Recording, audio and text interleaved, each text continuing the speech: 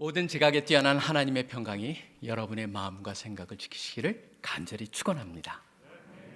마음을 지키신다는 건 너무너무 중요한 겁니다. 코로나를 겪으면서 이제 우리가 2년 차, 3년, 사실 만 2년이 되어버리고 있습니다. 과연 어떻게 앞으로 진행이 될지 누구도 모릅니다.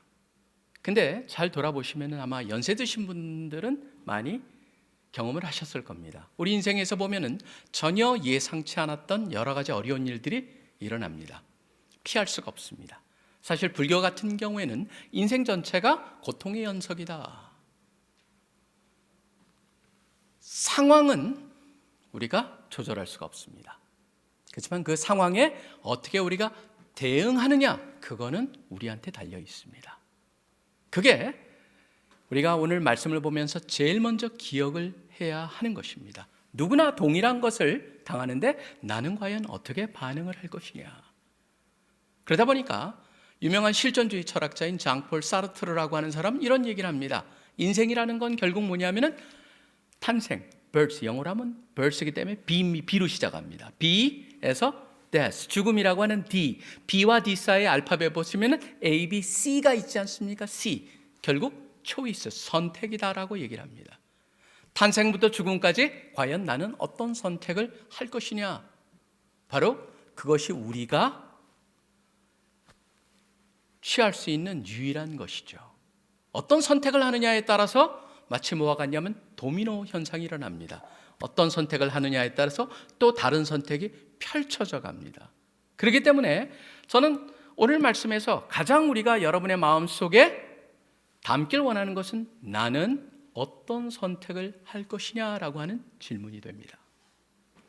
오늘 특별히 졸업을 하는 우리 여기 귀한 형제자매들 함께하고 있습니다. 저는 마찬가지라고 생각을 합니다. 어떤 상황에서 다음으로 졸업을 해서 간다라고 하는 것, 또 새로운 세상이 펼쳐집니다. 새로운 도전이 눈앞에 나타날 것입니다. 그때 나는 과연 어떤 선택을 할 것이냐.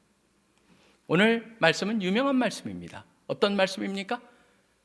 애굽에서 이스라엘 백성이 나왔습니다. 나올 때도 그냥 나오지 않았습니다. 잘 아시다시피 10개의 재앙, 마지막 10번째 재앙은 이들의 귀 속에서 맴도는 엄청난 재앙이었습니다. 왜 그러냐면 애굽의 장자들이 다 죽어서 통곡의 울음소리로 가득 찬 것을 들었기 때문에 잊기 어려운 경험이었을 것입니다. 그것뿐만이 아닙니다. 홍해를 건너는데 홍해 같은 경우에도 저는 홍해 아니라 앞에 개천이라도 한번 열렸다면 전 평생 안 잊어버릴 것 같은데 지금 홍해를 하나님께서 열어줘서 건너가지고 지금 시내 광야를 돌다가 도착한 곳이 바로 가데스 바니아라고 하는 곳이었습니다. 가데스 바니아에 도착을 했습니다. 그 수많은 100만이 넘는 사람들이 이제 가데스 바니아에서 북쪽으로 올라가기만 하면은 바로 그것이 약속의 땅입니다. 바로 그 상황 속에서 벌어지는 사건, 이 사건은 너무나 중요한 사건이었습니다. 여기서 이스라엘 백성은 어떤 걸 선택을 했느냐라고 하는 게 바로 우리가 배워야 되는 것인데 중요하기 때문에 성경에 두 번이 기록이 되어 있습니다. 민수기 13장하고 신명기 1장에 다시 한번 반복이 되어 있습니다. 약간 다르게 강조하면서 되어 있지만 동일한 것, 바로 중요하기 때문에 우리가 여기를 통해서 반면 교사적인 교훈을 얻을 수가 있다라고 하는데요. 지금 이 가데스 바네아에서 올라가면 됩니다. 그런데 사람들이 제안을 합니다. 신명기 1장에 따르면 모세한테 그냥 올라가지 맙시다. 정탐꾼을 보내서 그것을 정탐하고 돌아와가지고 어떤 마을로 어떤 고을로 어떤 길로 가면 좋을지 그들을 통해서 우리가 알고 가면 좋지 않겠느냐. 그래서 정탐꾼을 보냈다라고 신명기 1장에 되어 있습니다. 근데 민수기 13장을 보시면은 2절에 하나님께서 모세에게 말씀하신 걸로 되어 있습니다. 모세에게 12지파의 지휘관들을 12명 각각 한 명씩 택해가지고 12명을 보내라라고 되어 있습니다. 사람들이 말합니다. 둘이 충돌이 되잖아요. 그러면은 성경이 서로 다르나요? 아니죠. 잘 보셔야 될 건 신명기는 백성이 모세한테 제안을 했기 때문에 모세가 그냥 보내라고 그러지 않았겠죠. 하나님께 여쭤봤겠죠. 하나님께 기도하니까 하나님께서 말씀하신 것, 그 말씀하신 걸로 민수기에 기록이 돼 있고 백성들이 제안한 걸 나중에 모세가 보내자라고 한 그것을 갖다가 신명기에 나와 있는 서로 다른 면을 강조하고 있을 뿐입니다. 자, 12명이 동일한 것을 40일을 정탐을 하고 돌아옵니다. 돌아와가지고 보고회를 하는데 한번 거기서부터 보시길 바랍니다. 자, 27절에 보시면은 여러분들이 상상력을 좀 발휘하실 필요가 있습니다. 13장 27절에 보면 이렇게 그들이 얘기를 합니다. 과일을 그 땅에서 그 과일을 보입니다. 보이고 나서 말하기 모세에게 말하여 이르되 당신이 우리를 보낸 땅에 관즉 과연 그 땅에 젖과 꿀이 흐르는데 이것은 그 땅의 과일이니이다 그랬을 때 여러분들이 상상을 하셔야 됩니다. 왜냐하면 조금 있으면은 지금 여기는 우리가 성경이다 보니까 뭐가 없습니까? 백그라운드 뮤직이 없습니다. 그 다음에 소리도 전혀 없습니다. 근데 여기서는 환호 소리가 여러분 귀에 들려야 됩니다. 왜냐하면 사람들은 너무너무 흥분할 정도의 그런 엄청난 과일이었습니다. 한 번도 보지 않았던 그런 과일 한 송이를 갖다가 포도송이를 두 사람이 메고 왔을 정도로 석류와 무화과를 보면서 흥분하는 백성들의 모습을 상상할 수가 있습니다. 그런데 한 구절이 한 단어가 그 분위기를 확 막 바꿔버립니다. 그러나 바로 그 단어입니다. 그러나 잘 보십시오. 그 땅 거주민은 강하고 성읍은 견고하고 심이 클 뿐 아니라 거기서 안악자손을 보았으며 그러면서 29절부터 쭉 무슨 얘기를 합니까? 모든 자신들이 다룰 수 없는 그러한 백성들이 민족들이 이것저것 쓸만한 것은 다 차지하고 있더라 라고 하는 것에 여러분들이 여기에서는 어떤 분위기를 알 수가 있냐면 그 다음 기절을 통해서 사람들이 웅성대는 걸 알 수가 있습니다. 왜 그러냐면 그 분위기 속에서야만 30절에 나오는 갈렙이 모세 앞에서 백성을 조용하게 하고 이르되라는 것이 가능하기 때문입니다. 자, 12명이 동일한 곳을 갔다 왔습니다. 근데 10명과 2명으로 나눠집니다. 10명이 무슨 얘기를 하냐면은 거기는 강하고 높고 그곳에서 사는 사람은 거인들이고, 근데 이 두 사람 중에 하나인 갈렙은 뭐라고 합니까? 깔끔합니다. 답은 백성을 조용하게 하고 이르되 우리가 곧 올라가서 그 땅을 취하자 능히 이기리라 라고 그것을 그렇게 말하기로 선택을 합니다. 그런데 31절에 어떻게 되어 있습니까? 10명들입니다. 그와 함께 올라갔던 사람들은 이르되 우리가 능히 올라가서 그 백성을 치지 못하리라. 그들은 우리보다 강하니라. 거기서 멈추지 않습니다. 잘 보십시오. 32절에 보면 정탐한 땅을 악평하여 이르되 우리가 두루다니며 정탐한 땅은 거주민을 삼키는 땅이요 거기서 본 모든 백성은 신장이 장대한 자들이며 거기서 네피리 무선인 안악자손의 거인들을 보았다. 우리는 메뚜기고 그들이 보기에도 메뚜기 같았을 것이다 라고 얘기를 합니다. 갈렙의 그 믿음에 가득 찬 그 선언이 10명들의 이 설명으로 완전히 묵살이 되어버립니다. 14장은 뭘로 넘어갑니까? 백성들이 10명의 얘기를 듣기 시작을 합니다. 거기에 귀를 기울이면서 반란의 분위기가 만들어집니다. 반란의 분위기가 만들어지면서 우리 모세랑 필요 없다, 아론도 필요 없다, 새로운 지도자를 세워서 돌아가자 라고 하는 분위기가 만들어집니다. 그러니까 모세와 아론이 5절에 보면 14장 5절에 이스라엘 자손의 온 회중 앞에서 엎드려집니다. 그때는 그 12명 중에 두 사람입니다. 여호수아와 갈렙이 자기 옷을 찢습니다. 왜 찢습니까? 동의할 수 없다라고 하는 것이죠. 어떻게 이럴 수가 있냐? 그러면서 찢으면서 하는 말을 잘 보시기 바랍니다. 14장 7절에 보면 이스라엘 자손이 온 회중에게 말하여 이르되 우리가 두루 다니며 정탐한 땅은 심히 아름다운 땅이라. 바로 무엇을 얘기합니까? 아까 뭐라고 했습니까? 거주민을 삼키는 땅이다. 하나님께서 거기는 약속의 땅이고 젖과 꿀이 흐르는 땅이라고 그랬는데 10명은 그것도 부정을 했습니다. 근데 여호수아 갈렙은 아니다. 진짜 심히 아름다운 땅이다. 근데 조건이 있다. 거기가 우리가 되려면, 우리 것이 되려면 8절에 여호와께서 우리를 기뻐하시면 우리를 그 땅으로 인도하여 들이시고 그 땅을 우리에게 주시리라. 이는 과연 여호와께서 말씀하신 것 같이 젖과 꿀이 흐르는 땅이니라. 다만 여호와를 거역하지 말라. 또 그 땅 백성을 두려워하지 말라. 그들은 우리의 먹이라. 그들의 보호자는 그들에게서 떠났고 여호와는 우리와 함께 하시느니라. 그들을 두려워하지 말라. 이 얘기의 스토리는 여러분들이 결과는 이미 아십니다. 전 여기서 우리의 삶과 한번 적용을 해봅니다. 세 군데를 한번 잘 고민하시면서 들어보시길 바랍니다. 여러분, 첫 번째는 뭐냐면요, 우리 인간들이 빠지기 쉬운 것 중에 가장 피해야 될 게 있습니다. 그게 뭐냐면 눈앞의 현실의 포로가 되는 겁니다. 눈앞의 현실의 포로.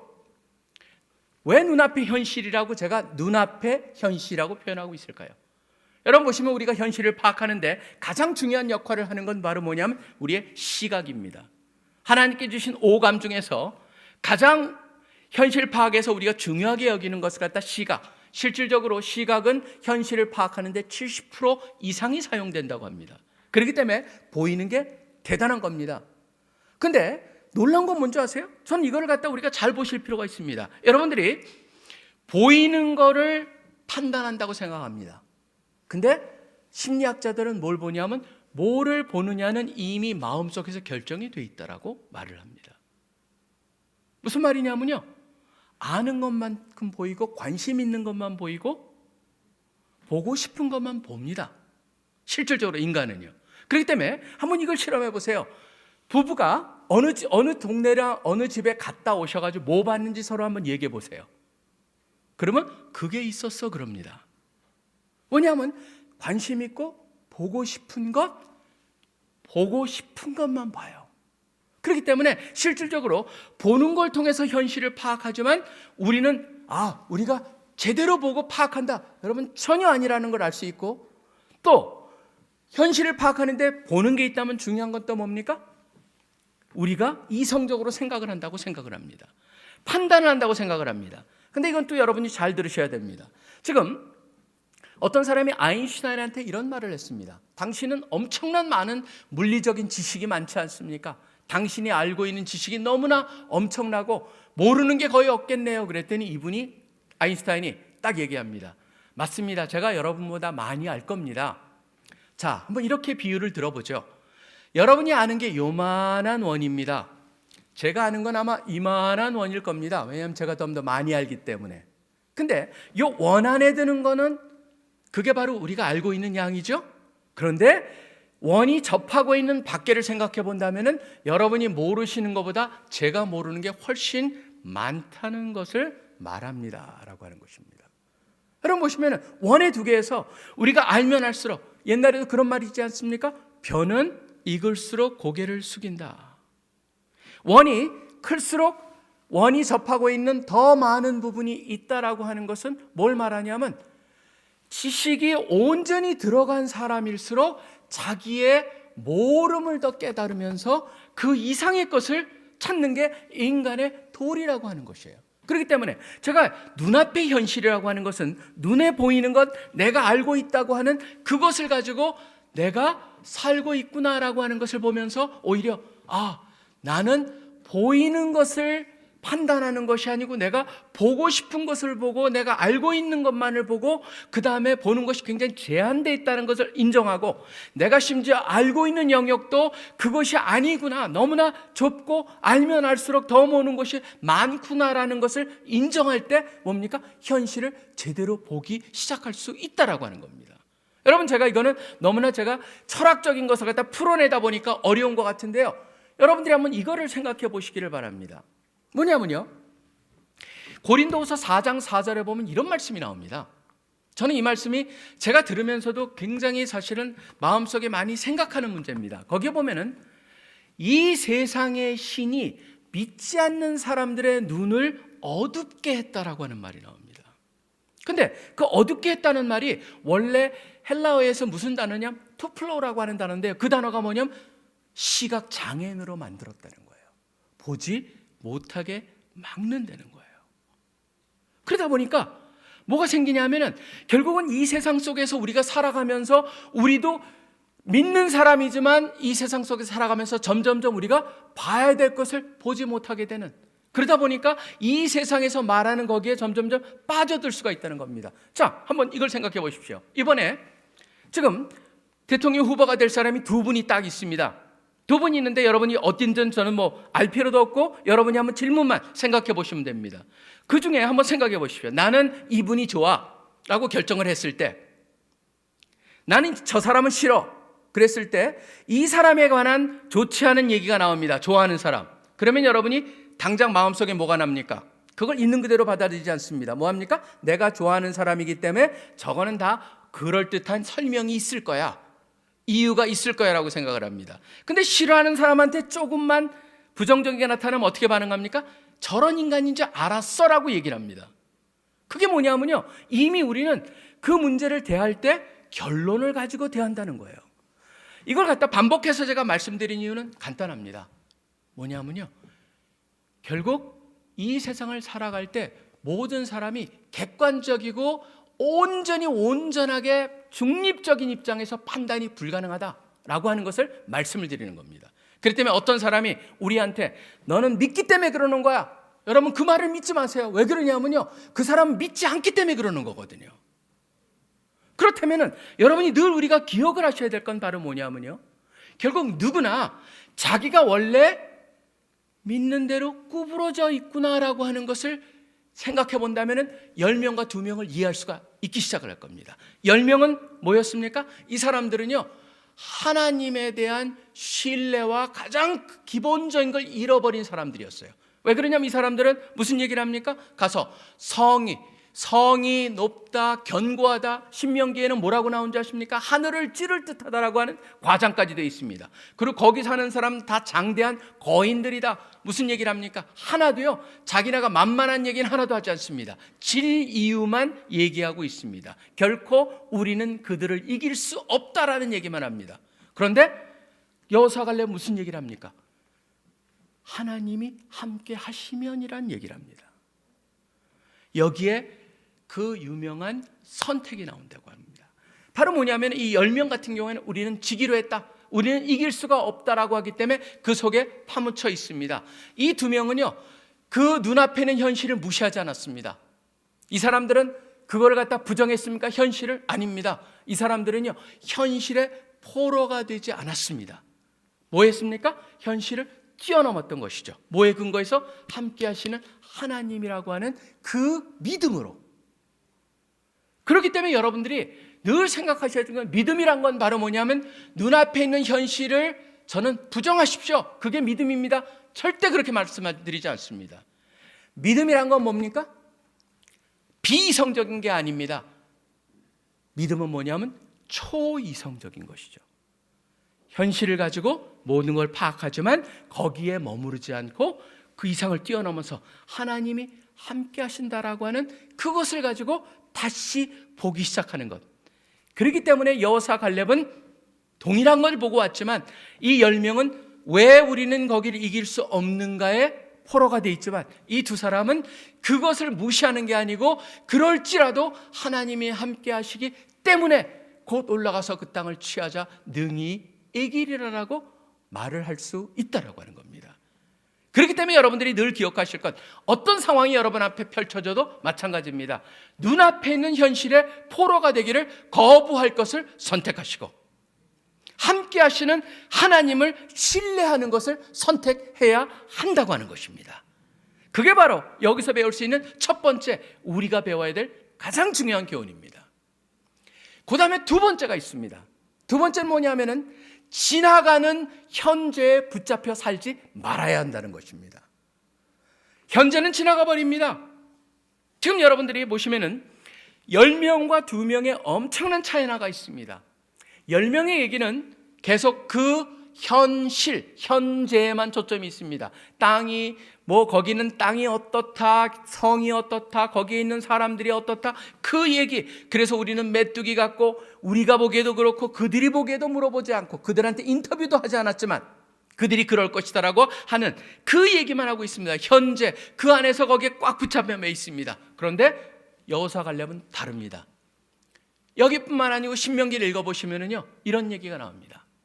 여호사갈렙은 뭐를 봅니까? 현재를 보면서 현재는 지나가는데 거기에 붙잡혀 있지 않고 과거를 통해서 하나님께서 어떻게 우리를 여기까지 인도해 오셨는가, 더 나아가서 하나님께서 젖과 꿀이 흐르는 그 약속의 땅을 우리에게 주식으로 약속하셨다라고 하는 이 2가지를 가지고 현재를 재조명하기 시작을 합니다.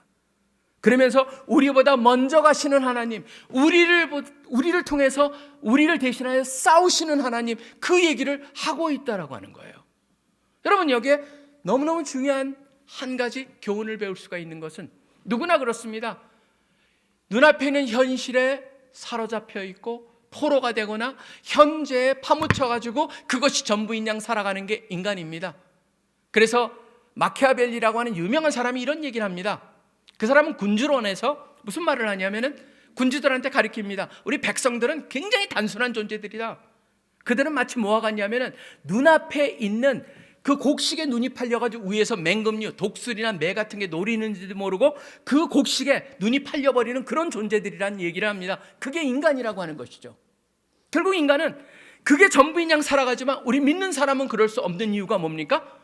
성경은 바로 뭘 얘기해주고 있냐면 하나님께서 과거로부터 어떻게 하나님의 백성을 인도하셨는가, 나의 삶 속에도 어떻게 역사하고 계시는가, 어디로 인도하실 그 희망의 메시지, 구원의 메시지를 주고 계신가를 성경은 분명히 하고 있다고 하는 겁니다.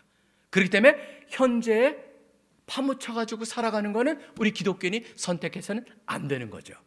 정치인들이 하는 겁니다. 저도 지난번에 제가 가스라 탭트라고 하는 미국의 상원의원이 왔습니다. 우리 후보 중에 하나가 무슨 얘기를 하면 가스라 탭트 얘기를 했습니다. 미략이라고 하는 얘기를 했습니다. 그건 역사적으로 증명이 되지는 않은 것이지만 왜 저는 그 얘기를 했는지를 보면서 결국은 그렇기 때문에 당신들 그 27대 대통령이 된 탑트 대통령이 일본의 가스라 장군하고 둘이 미략을 했기 때문에 우리가 일제 36년 겪은 거야, 그 말을 하고 싶었겠죠. 근데 여러분, 저는 굉장히 단순한 생각이라고 생각을 했습니다. 왜냐하면 역사를 보면 왜 역사가 그 점입니까? 역사는 선입니다. 여러분 보시면 가스라 탑트 얘기하기 전에 여러분들이 역사를 조금만 짚어가 보시면 뭐가 있었습니까? 먼저 일본한테 힘을 실어준 나라는 영국입니다. 1902년에 001 제1조약이 있습니다. 그거는 진짜 협약을 맺었습니다. 여긴 미략인데 있는지 없는지도 모르고, 실질적으로 그 가스라 탭트보다 여러분이 역사책을 읽어보시면 나중에 3개월 후에 제2차 영국하고 일본 조약을 맺어가지고 일본, 한국 가져라라고 하는 게 바로 거기서다 영국이 자기네는 중국 쪽을 갖다가 선택하기로 해가지고 다 나눠 먹은 사건들이 다 있는데 왜 거기에 미국을 얘기하냐? 저는 미국을 얘기하려면 오히려 더 뒤쪽으로 가가지고 1882년에 조미 수호 통상조약을 얘기하면서 수호 통상조약이 맺어졌는데 여러분 놀란 게 뭔지 아세요? 아무것도 아니었어요. 그때는 영국이 세계의 가장 강자였습니다. 그래서 미국이란 나라가 가지고 우리나라랑 조약을 맺었는데 여러분 겉으로 보면 아무것도 아닌 것 같죠? 1882년에 5월 달에 조약을 맺고 났기 때문에 한 미국 선교사가 중국을 가가지고 자리를 못 잡습니다. 자리를 못 잡다가 조미 수호 통상조약이 맺어졌다니까 우리나라로 들어오겠다고 들어온 사람이 1884년에 누가 들어오냐면 바로 알렌 선교사가 들어오게 됩니다. 알렌 선교사가 들어오면서 알렌 선교사가 들어오고 조금 있다 3개월 후에 무슨 일이 일어난 줄 아세요? 갑신정변이 일어납니다. 갑신정변이 일어나면서 바로 민비 명성황후의 조카인 민영익이 칼을 14군데 찔려서 지금 사경을 헤매는데 그때 밀란돌프라고 하는 그 외교관 중에 한 사람이 알렌을 갖다 연결시키기 때문에 알렌이 3개월 동안 헌신을 다해서 민영익을 살려냅니다. 그래가지고 갑신정변에서 실패했던 김옥균이니 그런 사람들은 다 처형을 당하고 홍영익이라는 사람한테 그 홍영식이라고 하는 사람의 집을 갖다가 뺏어가지고 이 알렌한테 병원으로 쓰라고 준 게 바로 광해원, 제중원, 그게 세브란스가 됩니다. 근데 여러분 더 놀라운 건 뭔지 아세요? 그거를 갖다 운영을 하고 있을 때 미국에서는 선교사 둘이 조선을 들어오려고 준비를 하고 있었습니다. 들어올 길이 없었습니다. 누구냐면 바로 아펜셀러랑 언더우드였습니다. 언더우드가 바로 그곳에 가면은 치외 법권이고 그 안에서는 맘 놓고 사역을 할 수 있고 들어올 수 있는 길이 열렸기 때문에 그 두 분이 1885년 4월 5일 부활주일날 우리나라를 들어오게 된 겁니다. 무슨 말이냐면요, 세상에서는요 위에 표면적으로 나타나는 역사 얘기만 합니다. 근데 여러분이 보셔야 될 건 바로 뭡니까? 표면적으로 나타난 것 밑에서 하나님의 뭘 보셔야 됩니까? 하나님의 손길을 보셔야 된다는 거예요. 그렇기 때문에 예레미야서 18장 6절에 보면 이런 표현이 나옵니다. 토기장이의 손에 진흙과 같이 너희가 내 손에 있다라고 하는 거예요. 여러분의 인생이 누구 손에 있습니까? 하나님 손에 있어요. 저의 인생도 그렇고 여러분의 인생도 그렇고 상남교회의 이 운명과 부흥과 모든 것이 누구 손에 있습니까? 하나님의 손 안에 있다라고 하는 거예요. 하나님께서 그런 우리의 어려웠던 역사를 통해서 우리 민족을 바꿉니다. 여러분 놀란 게 뭐냐면요, 우리 민족은요 지난 수십 년 동안, 어떻게 보면 100년 좀 넘게 동안 우리 민족이 너무너무 바뀌어버립니다. 우리나라는요 원래 조선 말기에 왔을 때 우리나라는 유명한 3S의 나라였습니다. CDS라고 하는 한국을 방문했던, 그런 대한제국을 마지막 때 방문했던 사람이 조선이라고 하는 그곳을 갖다 방문하고 가서 CDS의 나라라고 그랬어요. 하나는 뭔지 아십니까? 제일 먼저가 S가 스멜이에요. 너무너무 냄새나는 것. 왜 그러냐면 화장실이 없었기 때문에 아무데나 분뇨를 버렸어요. 그러니까 냄새가 찌르렀어요. 그러니까 CDS, 스멜. 그 다음에 또 하나는 모든 나무를 갖다 베가지고 그걸로 떼고 식사를 만들고 모든 걸 요리를 했기 때문에 스모크, 연기가 가득했다. 그래서 첫 번째가 스멜, 두 번째가 스모크, 세 번째가 뭐냐면 이곳 쪽에서 온통 무당 굿만하는 사운드. 그래서 무당 굿하는 소리, 그래서 사운드. 그래서 3S의 나라라는 게 우리 조선의 별명이었습니다. 근데 그 나라가 하나님의 특별한 역사 속에서 평양대붕이라는 것도 여러분 보시면 그것도 역사를 보면서 저는 놀란 게 뭔지 아세요? 겉으로 드러나는 건 우리의 절망이었는데요, 절망의 바닥 속에서 C.S. 루이스라는 사람이 말했다시피 인간의 절망의 최저점이 하나님의 역사의 시작점이 된다. 하나님이 역사하시면서 우리 민족을 바꾸기 시작하는데요, 여러분 저는 우리 민족이 너무너무 힘들다 보니까 참 희한한 게요, 먹을 게 별로 없어서 그런지 우린 먹는 얘기가 무지 많습니다. 요새 외국 사람들이 우리나라 말 배우려고 굉장히 열심히입니다. BTS 노래 알으려고. 그런데 그 사람들이 우리나라 말을 갖다 열심히 배우는데 저한테 가끔 그런 얘기를 해요. 한국말이 왜 그리 어렵냐요. 그래서 왜 그리 어렵냐 그래, 특별히 먹는다는 얘기가 왜 그리 많냐라는 거예요. 그래서 뭐가 그러냐고 그 사람들하고 얘기해 보니까 이 사람들이 지적을 합니다. 한국 사람들은 고생했지 그렇게 얘기 안 하고 뭐라고 합니까? 애 먹었지 그럽니다. 그 다음에 망했다? 물 먹었네? 욕도 먹고 겁도 먹고 사실 감동도 먹고 뇌물도 먹고 다 먹습니다. 얘기하다가 기분 나쁘면 뭐라고 합니까? 너 맛 좀 볼래? 그럽니다. 한 방 먹인다? 너 나이 몇 살이야? 몇 살 먹었어? 그러죠 우리는요. 그리고 너 까불지 마. 까불면 국물도 없어 그럽니다. 그러고 나서 문자를 보냈습니다. 답이 없습니다. 그럼 뭐라고 합니까? 씹었어 그럽니다.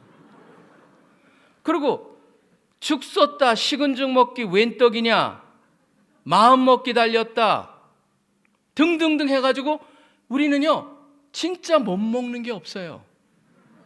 다 먹는 걸로 표현이 되어 있습니다. 저는요 이게 지금 요새도 그러지 않습니까? 요새 사실은 먹는 게 흔한데도 우리 뭐라고 합니까? 언제 밥 한 번 먹자 얘기합니다. 우리는요. 이게 밥 한 번 먹자. 우리는 그게 하나의 우리 언어 속에서 배어 들어가 있어요. 왜 그랬을까요? 여러분 우리는 먹지 못했어요. 먹을 게 없었어요. 그게 우리 역사에 보면은 우리는 진짜 931번 외침을 당했던 민족입니다. 유사의 931번 외침을 당했지만 그 외침을 당한 계산을 해보면요 거의 2, 3년 만에 한 번씩 외부의 침입을 받았던 나라입니다. 그러니까 매일 도망갈 준비만 하고 있어야 돼요. 그리고 먹을 게 없으니까 온갖 잡초를 다 먹었어요. 우린 그걸 갖다 나물이란 이름으로 먹어요. 진짜 그렇지만 놀라운 게 뭐냐면 그런 속에서 우리 민족을 강인하게 만들고 언어 속에 먹는 게 많다. 그걸 통해서 하나님께서 저는 분명히 가르쳐주신 메시지가 있다. 우리 민족을 만든 게 뭐냐면 먹을 수 있다는, 소화시킬 수 있다. 소화시킬 수 있다는 어떤 상황도 이겨낼 수가 있다. 강인한 민족으로 저는 만들었다고 믿습니다. 그리고 여러분 이런 특별한 민족이 어디 있습니까? 성격도 무지무지 급합니다. 여러분 저도 설교를 갖다 이거 2배로 할 수 있습니다. 빨리 우리 젊은이들 데리고 천천히 하려고 지금 제가 굉장히 절제하고 있는 중입니다. 성격이 급합니다. 한국 사람이 그렇습니다. 진짜 성격 급합니다. 자판기에다 동전 넣고 컵 붙들고 있는 민족은 우리밖에 없습니다. 티백도 우려 나오게 과학적으로 되어 있습니다. 우린 얘기하면서도 계속 이러죠. 경험해 보셨을 겁니다. 사실상요 우리 민족은 굉장히 서두르는 것 같지만 저는 이걸 서두른다라고 하는 표현으로 사람들이 뭐 냄비근성이라고 얘기하는데, 지금은 세상을 떠나신 엘빈 토플러가 한국에 오셨을 때 무슨 얘기를 하냐면 21세기에 가장 주도하는 민족이 될 수 있는 민족이 한국 민족이라고 자기는 생각한다. 왜 그러냐면 바로 저 빨리빨리 정신이 그거를 만든다라고 했습니다. 그 사람은 이거를 냄비근성이라고 보지 않고 뭐냐면 다이나믹하다고 얘기했습니다. 다이나믹하다. 그것도 선택입니다. 냄비로 선택하든가 다이나믹으로 선택하든가. 저는 후자, 다이나믹을 선택할 겁니다. 다이나믹합니다. 그뿐만이 아닙니다. 우리 민족은요 진짜 하나님이 희한한 거 하나를 우리 문화 속에 주셨습니다. 뭔지 아십니까? 외국에서 신부가 돼가지고 우리나라 오신 분들이 제일 배우기 힘든 거 하나가 있습니다. 제일 어려운 게 뭐냐? 눈치가 제일 어렵다고 얘기합니다. 눈치가 너무 어렵다. 눈치가 없다. 우리는 그 얘기를 하는데 어려서부터 뭡니까? 눈치라는 것. 이게 중요하기 때문에 외국 사람이 보기에 우리는 정확하지 않은 것 같습니다. 장사하는데 재래시장 가가지고 얼마나 드릴까요? 그럼 우리는 뭐라고 합니까? 정확히 2개 뭐 이렇게 얘기 안 하죠. 원래 전통적으로 이렇게 얘기했습니다. 에이, 2-3개 주세요. 서너 개 주세요. 제일 놀라운 건 뭡니까? 적당히 주세요. 그런데 줍니다. 적당이란 단어가 굉장히 어려운 단어입니다. 이걸 갖다가 하이 컨텍스트 컬처라고 하는 문화를 연구하는 사람이 말합니다. 이거는 굉장히 컨텍스트가 높은 것, 그러니까 문맥을 갖다가 이해하고 상황을 이해해야만 답이 나오기 때문에 우리는 애매하게 던지는데 우리는 대화가 다 됩니다. 제일 심한 게 뭡니까? 거시기죠. 거시가 거시기에게 거시기 좀 갖다 주고 오라. 근데 그 누구 거시기인지 모르지만 누구한테 그 거시기를 다 갖다 줘요. 그게 뭐예요? 바로 눈치라고 하는 거예요. 그러니까 우리 민족은 어려서부터 그 훈련을 받다 보니까 어느 곳에 딱 새로운 것이 떨어지면요, 맨 처음엔 어리버리한 것 같습니다. 근데 상황 파악하면 확 달라집니다. 여러분, 이 전체 어디 가나 이겨낼 수 있고 다이나믹하고 그 다음에 상황 파악을 잘할 수 있다. 이걸 통해서 여러분 뭘 보십니까? 저는 거기서 얻을 수 있는 건 한 가지입니다. 바로 우리 민족을 하나님께서 21세기 쓰시고자 하는 선교 민족으로 준비해 오셨다고 저는 믿습니다. 그렇지 않으면 이런 게 나올 수가 없습니다. 그러니까 우리 선교사들은 그 외국 선교사들이 들어가기 힘든 곳에 들어가 있고, 외국 선교사들은 거기 가면은 자기네 음식 먹습니다. 자기네 나라 대부분이. 근데 우리 선교사는 그 동네 음식도 너무너무 잘 먹어요. 또 하나 뭡니까? 무엇인지 그 동네 나는 채소로 다 김치를 만들어요. 그게 하나의 특징이에요. 그러면서 거기서 적응력 뛰어나고, 그것이 우리 민족한테 주신 하나님의 하나의 역사 속에서 만들어주신 중요한 식문화, 그 다음에 기질, 그런 문화 속에서 우리는 그 일을 할 수 있다. 저는 그래서 요새 예외로 보지 않습니다. 지금 어떻게 BTS가 저렇게까지 인기가 있느냐. 여러분, 요번에도 방금 얼마 전에 LA에서 있었던 그 BTS 공연은요, 상상을 초월합니다. 얼마나 빨리, 얼마나 그걸 보기 위해서 전 세계에서 막 몰려들었는가를 여러분이 보신다면요, 그 얘기를 들어보면 야, 진짜 무슨 일이 일어나도 진짜 이상하겠구나. 이번에 이 참치 얘기, 동해 서해 얘기하는 그것 때문에 일본 사람들이 뒤집어져 있어요. 왜 그러냐면 영향력을 알기 때문이죠. 여러분, 이걸 갖다 무엇을 의미하고 있을까요? 저는요, 여기에서 뭘 보냐면 하나님의 깊은 뜻을 봅니다. 하나님이 주신 기회의 창문이 열려 있는 거예요. 우리가 어려울 때 일어날 수 있는 걸 한 가지는 바로 뭐냐면 이 현재라는 것에 너무나 파묻혀 있다 보니까 나 살기도 힘든데, 여러분 아닙니다. 지금 이거는 지나갑니다. 분명한 건 뭐냐면 하나님께서 어떻게 우리를 이곳까지 인도해 오셨는가, 우리가 이것을 대해서 어떻게 우리 어떤 미래로 끌고 가실 것인가. 그렇기 때문에 여러분이 보시는 관점이 넓어지셔야 된다는 겁니다.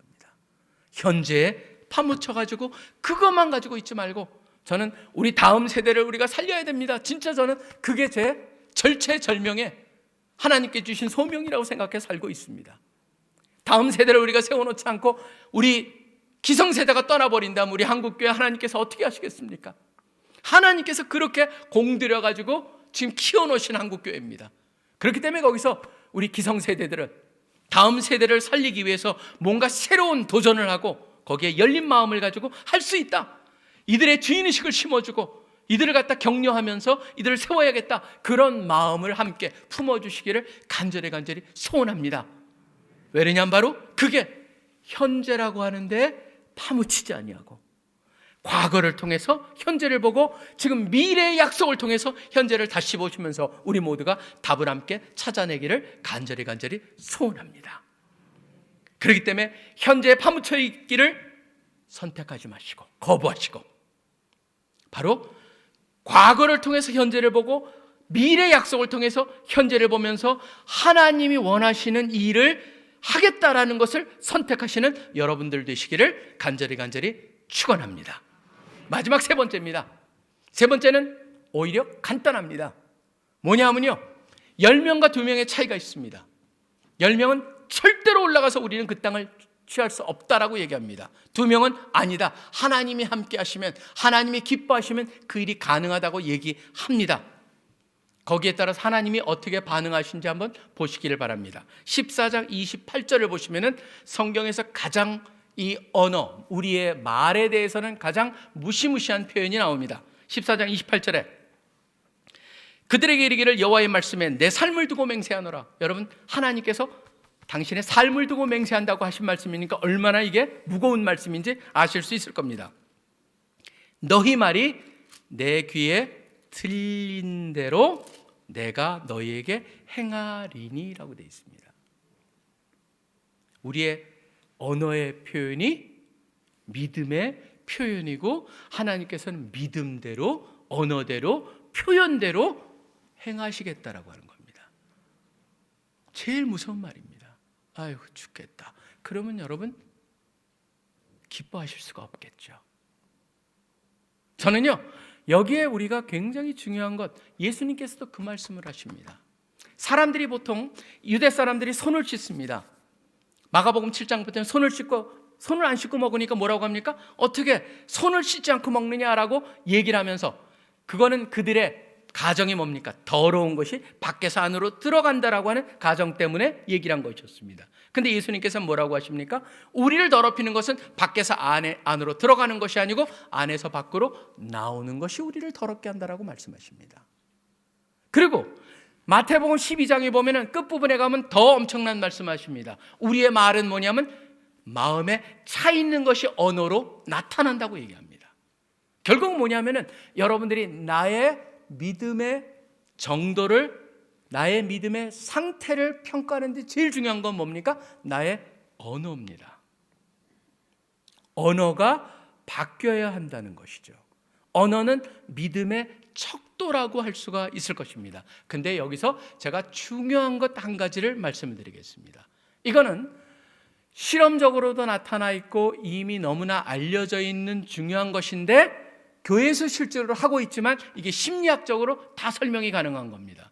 여러분, 제가 여기 혹시 젊은이들 중에 아직 안 읽어보신다면 졸단 피터슨이라고 하는 분이 쓴, 우리나라에도 번역이 되어 있습니다. 미국에는 영어로 원래 책이 2018년에 나온 책인데 우리나라에 2019년부터 팔린 책인데, 인생을 위한 12가지 법칙인가 그런 식으로 번역이 되어 있을 것입니다. 영어로 보면, 영어가 편한 분들은 한번 읽어보십시오. 진짜 영어는 굉장히 좋은 책입니다. 이 책이 제가 여러분한테 권하는 것은, 거기에 보면 첫 번째 12개 법칙 중에서 첫 번째 법칙이 뭐냐면은 어깨를 피라라고 되어 있습니다. 아니 뭐 어깨 피는 게 그렇게 중요해? 아니 여러분, 여기에 보면 굉장히 중요한 비밀 하나가 숨겨져 있습니다. 졸단 피터슨이라는 사람은 심리학의 그냥 단순한 심리가 아니고 임상심리학자입니다. 임상심리학자이기 때문에 사람들의 마음도 알지만 그 다음에 이 정신적인 영역까지도 굉장히 섭렵하고 있는 분인데, 이분이 첫 번째 법칙으로 왜 어깨를 피라고 얘기했냐면은 이분이 거기서 얘기를 합니다. 인간의 뇌는 굉장히 복잡합니다. 여기에 보면은 신경세포들이 너무나 복잡하고 그 안에 우리의 반응에 따라서 다양한 화학물질이 나오기 때문에 아주 복잡한데 간단하게 연구할 수 있도록 신경세포가 굉장히 굵고 연구가 쉬운 동물 하나가 있습니다. 뭐냐면 굉장히 유명한 요리 재료인데요, 랍스터입니다. 바다가재. 바다가재를 갖다가 이 사람이 연구를 해봅니다. 바다가재 연구해 보니까 여러분, 바다가재가요, 우리가 보면은 굉장히 사실은 집게가 대단하잖아요. 근데 얘네들이 바다에 살면서 영역에 굉장히 예민합니다. 자기 영역에 다른 바다가재가 오면은 얘네들이 완전히 권투선수로 돌변한다는 거예요. 집게를 가지고 딱 서가지고 날리고, 그 다음에 가까이 오면은 여기서 입안에서 뭘 찍 쏜대요. 그럼 물로 가가지고 그 전달이 되는데 그 화학물질을 통해 가지고 저쪽 상대방 바다가재가 얘가 암컷이고 수컷이고 얘 기분이 어떻고 얘 몸무게가 어떻고 그런 걸 다 알 수 있답니다. 그래가지고 내가 못 이기겠어 그럼 도망을 가는데, 해볼만 하다 그러면 붙는답니다. 붙어가지고 잘리고 가끔 가다가 지고 나면은 이제 지고 나면 오그라지는데 특징 하나가 있습니다. 이긴 바다가재는 이겼다 그러고 펴요. 그 다음에 진 바다가재는 졌다 그러고 쭈그러지겠죠. 근데 얘네들을 그 당시에 폈을 때랑 쭈그러진 애 머리 안에 화학 물질을 조사해 본 겁니다. 호르몬 두 개가 굉장히 차이가 나요. 하나는 뭐냐면은 이긴 애는 세로토닌이란 기분 좋은 게 행복 호르몬이 확 올라가 있고, 그 다음에 우울 호르몬인 옥타파민이라는 게 줄어듭니다. 근데 진 애들은 거꾸로입니다. 옥타파민이 늘어나고 세로토닌이 줄어요.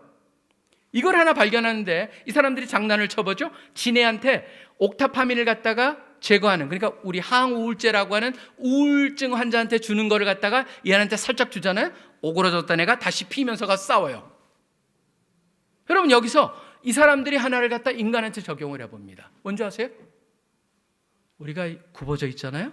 그러면 뇌는 뭐냐면 졌다라고 거기에 따라서 화학물질을 낸다는 거예요. 피잖아요. 그럼 거기에 맞춰서 낸다는 거예요. 그거는 이미 아침에 여러분 유명한 실험 하나가 있습니다. 연필을 갖다가 모나미 볼펜이 좋습니다. 육각으로 되어 있기 때문에. 그걸 갖다가 입에 무는데요. 이빨로 무느냐 잇몸으로 무느냐에 따라서 하루 기분이 달라집니다. 저는 그래서 우리 학생들한테 뭘 권하냐면 아침에 일어나면 모나미 볼펜을 물어라, 이빨로. 왜냐하면 이빨로 물면 웃는 얼굴이 되는데 잇몸으로 물면 우는 얼굴이 됩니다. 이빨로 물고 성경을 읽어라. 그런데 주의할 것은 고개를 숙이진 마라. 왜냐하면 침이 흐르니까. 그래서 앞에다 들고 읽어라. 이거를 누가 연습을 하냐면 여러분 그 탤런트나 영화 배우들이 이걸 가지고 발음 연습을 합니다. 근데 굉장히 좋은 겁니다. 여기를 물고 성경을 읽고 하루를 시작하잖아요. 그러면 뇌는 웃고 있기 때문에 기분 좋은 것에 반응하는 호르몬이 나온다는 겁니다. 그거는 이미 긍정의 심리학이니 그런 학자들이 다 연구해서 나타난 겁니다. 그래서 유명한 자기 암시법을 연구하는 사람인 에밀 꾸에 같은 사람은 이런 얘기를 합니다. 불량 청소년을 모아다 놓고 이 사람들이 어떻게 불량 청소년을 교육을 시키냐면 다른 게 없습니다. 단체로 모아놓고 아침마다 이거를 갖다 외치면서 수십 번을 같이 외치고 시작하게 합니다. 뭐냐면 바로 이겁니다. Every day in every way I'm getting better and better. 간단한 겁니다. Every day, 매일매일 in every way, 모든 면에서 나는 점점점 좋아지고 있다. 매일매일 나는 모든 면에서 나는 점점점 좋아지고 있다. 이거를 합창을 수십 번을 같이 하고 했는데 애들이 바뀌는 거예요. 저는 여기에 굉장히 중요한 힌트를 얻습니다. 무슨 말이냐면 이겁니다, 여러분. 세상에서는 그러한 긍정적인 말만 해도 긍정적인 건 아무 근거가 없는 말이에요. 그런데도 사람이 바뀌어요. 근데 우리 믿는 사람은 뭡니까? 하나님의 약속이 있어요. 이거를 근거로 해가지고 우리가 외치는데 우리가 바뀌겠습니까? 안 바뀌겠습니까, 여러분? 바뀝니다. 그렇기 때문에 여러분들이 이걸 갖다가 이제는 내가 마음이 힘이 들고 내가 믿음이 없다라고 마음속에 느끼더라도 뭘 해야 돼요? 여러분이 의지적으로 입을 통해서 고백을 하는 거예요. 주님, 감사합니다. 어떤 상황 속에서도 감사합니다로 외치면요, 때로는 감사합니다 하고 눈물이 쫙 흘러요. 감사하기 힘들기 때문에. 그렇지만 눈물이 흘리면서 뭐가 됩니까? 바로 그 감사하다는 말이 하나님이 들으시고 누가 듣습니까? 자기가 듣는 거예요. 그게 바로 자기 암시법인데 그걸 어떤 사람은 세뇌라고 말을 하지만 저는 그건 세상에서 말하는 거고 성경은 뭡니까? 믿음의 고백인 것이죠. 바로 우리의 믿음은 우리가 제일 잘합니다. 여러분이 여러분 스스로의 믿음을 제일 잘 아실 것입니다. 그렇기 때문에 상황이 어떤 상황일지라도 여러분이 그때마다 여러분 스스로한테 외치셔야 되는 건 뭡니까? 힘이 들고 아무리 여기에 보면 믿음의 고백이 안 나올 것 같으면 이를 악물고 고백을 해보는 겁니다. 그러면 그 고백이 이제는 선순환, 나아지는 쪽으로 바뀌게 되기 시작할 것입니다. 그렇기 때문에 힘든 상황 속에서 그 불평과 불만의 고백과 어투를 거부하고 감사와 찬양과 그 믿음에 근거한 고백을 하기로 선택하시는 여러분 한 분 한 분 되시기를 간절히 축원합니다. 상황은 선택할 수가 없습니다. 그렇지만 상황에 대한 반응은 선택할 수가 있습니다. 눈앞에 현실에 포로가 되지 마시고 지나가는 현재에 사로잡히기를 거부하시고 믿음으로 고백을 통해서 믿음을 키워가시고 하나님의 임재와 하나님의 함께하심, 하나님의 인도하심, 하나님의 성숙해 하심을 경험하시는 우리 상남교회 성도님들 한 분 한 분 되시기를 간절히 축원합니다. 기도하겠습니다. 하나님 아버지 감사하고 감사합니다. 우리 하나님께서 우리를 구원해 주셨고 지금도 우리를 바꿔가고 계심을 믿습니다. 말씀을 통해서 우리에게 말씀하고 계시고 또 말씀이 때로는 우리가 읽지만 그 말씀이 우리의 마음을 읽고 우리의 생각을 읽으면서 우리를 도전할 수 있는 그러한 역사들이 우리 삶 속에서 수없이 일어날 수 있도록 도와주시기를 소원합니다. 오늘 말씀을 통해서 다시 한번 도전을 받습니다. 어떤 상황 속에서 상황은 비록 우리가 선택할 수가 없지만 그 상황을 향한 반응이 믿음의 반응이 될 수 있게 도와주시옵소서. 그것을 선택하는 우리 모두 되게 하여 주시옵소서. 이 모든 기도 살아계시 역사하고 계시는 예수 그리스도 이름으로 간절히 기도합니다. 아멘.